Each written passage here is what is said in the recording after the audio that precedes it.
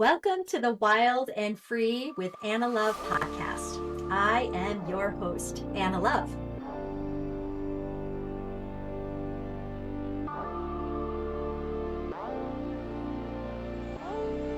As a subconscious freedom specialist, I strive to reprogram and reframe generational trauma, not only in myself and the lives of my 3 daughters, but for those who are ready to transform anxiety, fear, and shame into authenticity, freedom, and love.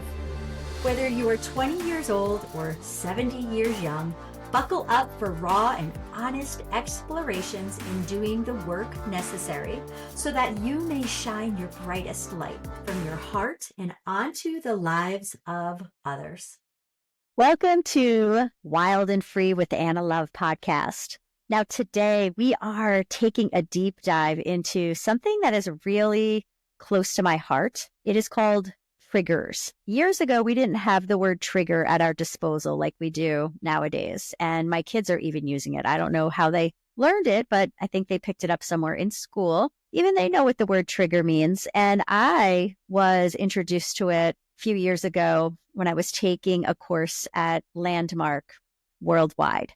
And now it's such a buzzword. And what does it really mean to be triggered? And more importantly, how can we recognize when we are being triggered? And how can we either prevent it or start to relax it so that certain events don't bring up the feeling of being triggered? Okay, so the short version of what is a trigger is when you can just picture it this way.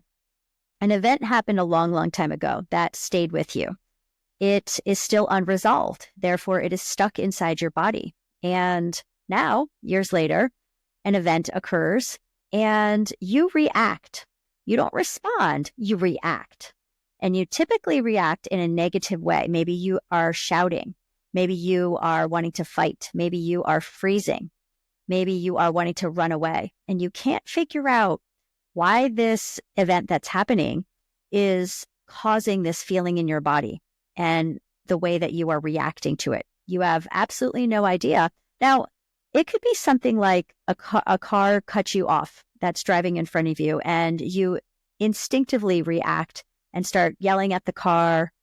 Now, obviously, if I say to you, hey, what was the reason for you feeling that way? You're going to blame the other driver. It was the car. Can't you see? The car just almost hit me. If they hit me, then I would be in a car crash. And then all of a sudden I'd have to pay out money or it would ruin my day. All of the things are there to point the finger at the other person and say, they are doing this to me. And doesn't everyone see that I am the victim here? I am obviously the one that's, the one on the short end of the stick here. I didn't even cause this. Can't you see? Can't you validate that I should be mad? What would you do? Wouldn't you be mad, right? So this can be swirling. This is how I used to live. This is why it's so easy for me to talk about this. This is actually something that has happened recently, but in the past, I actually was triggered yesterday by a driver. I did yell at them. So it kind of was recently. But the example that I'm really, really using where I was blaming and I wasn't realizing that it was actually linked to something in the past. So what the trigger is really linked to goes back in the past to something that happened. And it doesn't mean you were 4 years old and you were in, a car crash or you watched your mother yelling at a driver. It just means that there's a feeling that is the same. So let's just stay with the car situation that I just used as an example. Say that you are feeling triggered. And I actually was yesterday. It just wasn't, this victim mindset where I was blaming people, but you're triggered, meaning you're feeling something in your body. And then you just kind of keep going about your day. You don't really give it any thought. You're like, oh yeah, that sucked. And that person's a jerk, right? Or whatever it is that you use to justify like that you're upset. You go about your day, but the feeling is still there. Now, something else happens tomorrow, later that day, next week, and you're triggered again. And what a lot of people say, oh, they're pressing my buttons, right? They know exactly how to get me, how to irritate me. And that's just an old way of saying triggered. So both of those ways of justifying means that there's something unresolved in the past. And the way that we want to deal with it is we want to observe, oh, I'm actually screaming my head off. So when I got triggered yesterday, I actually stopped. I caught myself and I said, oh, that wasn't nice, because I was actually yelling at somebody who almost hit my car from behind because they were just steaming on ahead and not having any regard for me.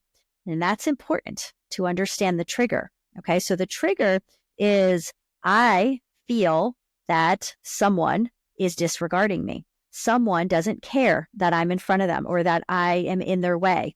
So instead of being polite or being patient with me, they are steaming on ahead. They're basically cutting me off and they're almost hitting my car. And so the trigger for me last night and in the past would be, you actually are treating me like I don't matter.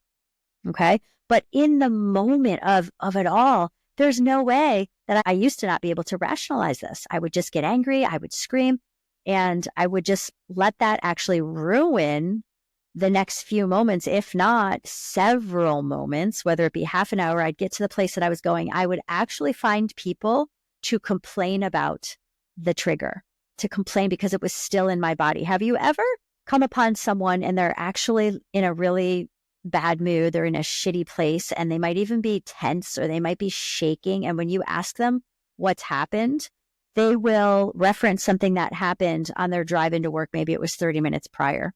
They will reference something that happened an hour ago at their house, or even, yesterday.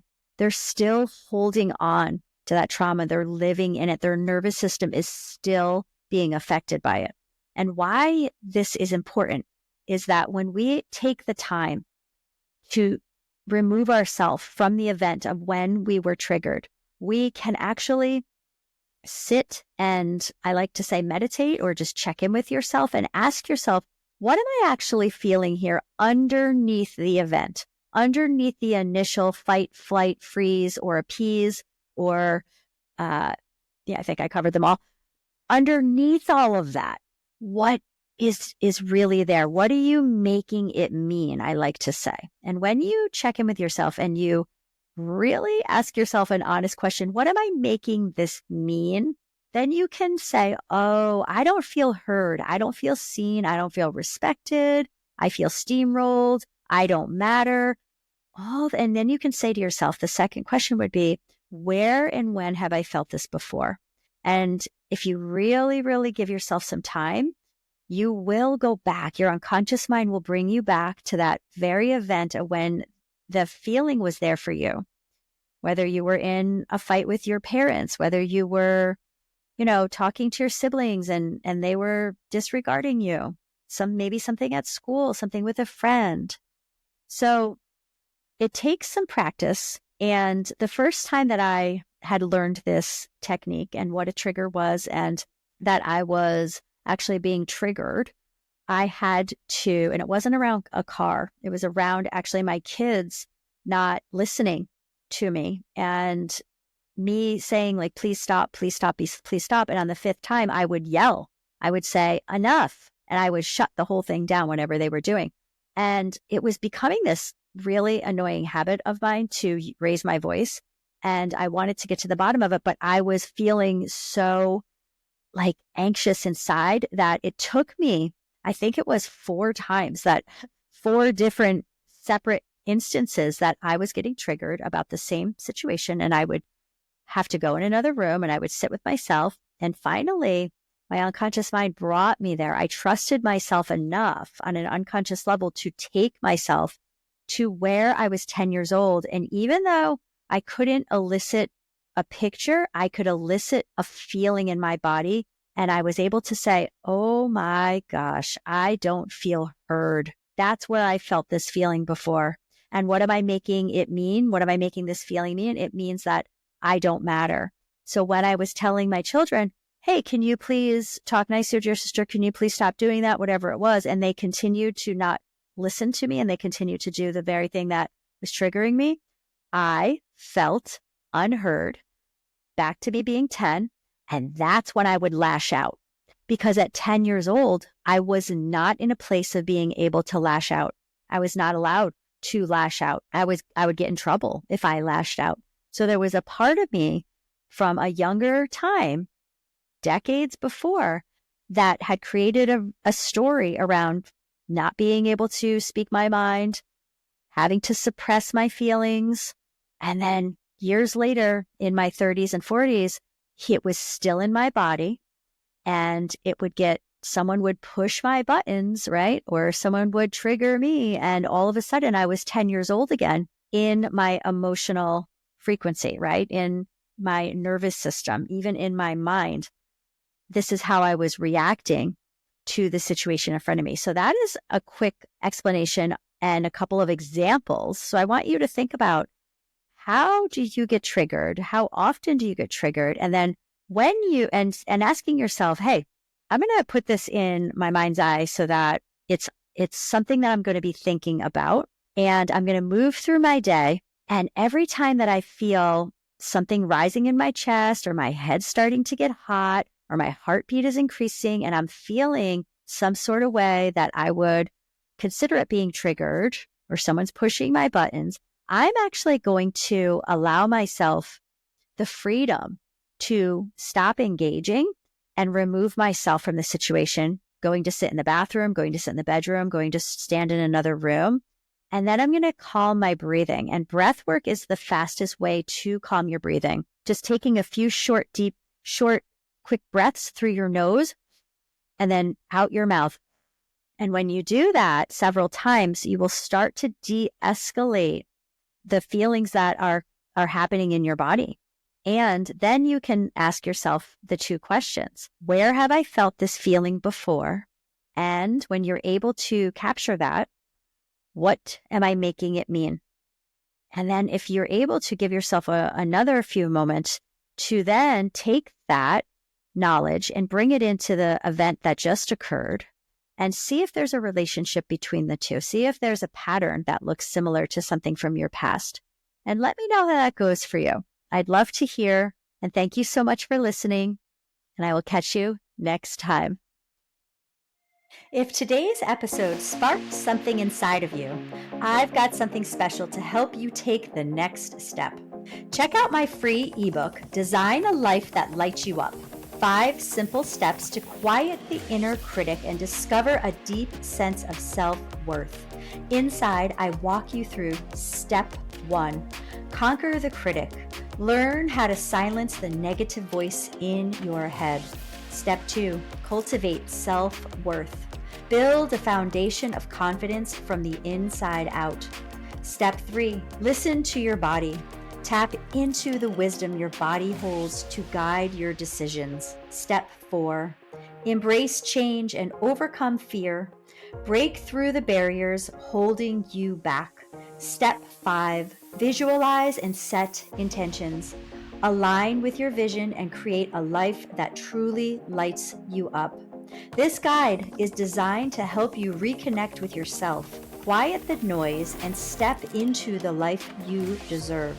Download your copy now by clicking the link in the show notes, and let's get started on your journey to a more joyful, purposeful life. Until next time, remember, you're worthy, you're capable, and your light is meant to shine. Ready to take the next step in designing a life you love? The Life Design Blueprint membership is your all-access pass to exclusive tools, live guidance, and transformational support to help you move from self-doubt to self-worth. Building on the principles from the Design a Life That Lights You Up ebook, this membership is a deeper dive into creating a life that aligns with who you truly are. You will go beyond surface level self-help with hypnotic techniques and live discussions that create real lasting change in your mindset and life. You will receive ongoing support from me and connect with a community of like-minded women on a similar journey. Each week, I deliver an empowering hypnosis which offers a unique way of working with your subconscious to reframe limiting beliefs, elevate self-worth, and reinforce positive habits. All of our sessions will be recorded and added to our on-demand library for easy access to members. Join me by clicking the link below, and I'll see you on the inside. Well, thank you so much for tuning into Wild and Free with Anna Love and being a part of this magical journey with me. If you like this episode, make sure to subscribe and share with someone you love, even someone you just like.